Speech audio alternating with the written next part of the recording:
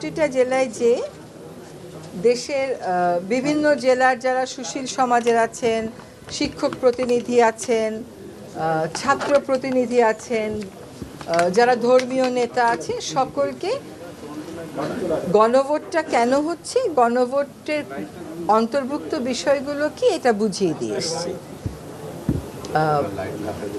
এখন তো নির্বাচনের যেহেতু প্রচারাভিযান শুরু হয়ে গেছে, এখন আর আমরা কোনো উপদেষ্টা সেখানে যাচ্ছি না।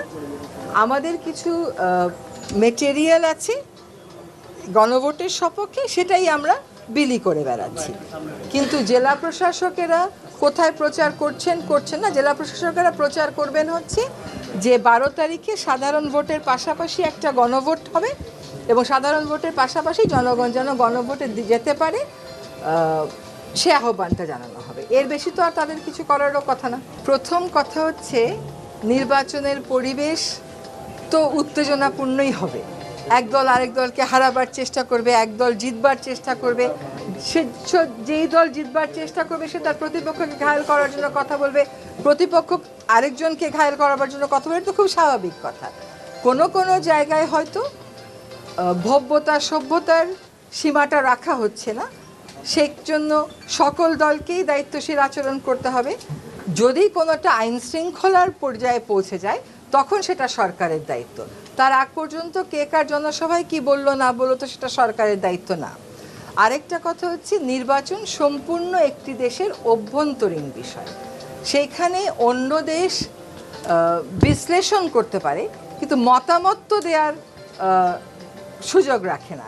তার বিশ্লেষণ থাকতে পারে কিন্তু কে জিতলে কি ধারণা করবে, জিতবার আগেই এত কথা বলে দিলে তো এই মন্তব্য বস্তুনিষ্ঠ সেরকম মনে করার আমাদের কোনো সুযোগ থাকছে না। ভোটের পরিবেশ নষ্ট করার যে আওয়ামী লীগ চেষ্টা করেনি তা তো ঠিক কথা না। ভোটের যেদিন শিডিউল ঘোষণা হলো সেদিনই তো বিভিন্ন জায়গায় ককটেল বিস্ফোরণ করা হলো এবং সেটার ভুক্তভোগী আমরাও কয়েকজন আছি। ফলে ভোটের পরিবেশ নষ্ট করার জন্য যদি পতিত স্বৈরাচারের কোনো শক্তি কোনো রকম চেষ্টা করে সেটা প্রতিহত করার জন্য সরকার প্রস্তুত আছে। প্রয়োজনে প্রস্তুতি আমরা বাড়াবো। আপনি আমাকে সুনির্দিষ্ট তথ্য দেবেন যে কোন মানুষ আপনাকে বলেছে তার ভোট দিতে যেতে ভয় লাগছে। আমরা যে এত কটায় জেলায় গেলাম সব জায়গাতে আমরা দেখে এসেছি যে প্রত্যেকটা জায়গায় নির্বাচনের একটা আমেজ শুরু হয়েছে। যখন আমরা গেছি তখনও কিন্তু নির্বাচনের প্রচারণা শুরু হয়নি।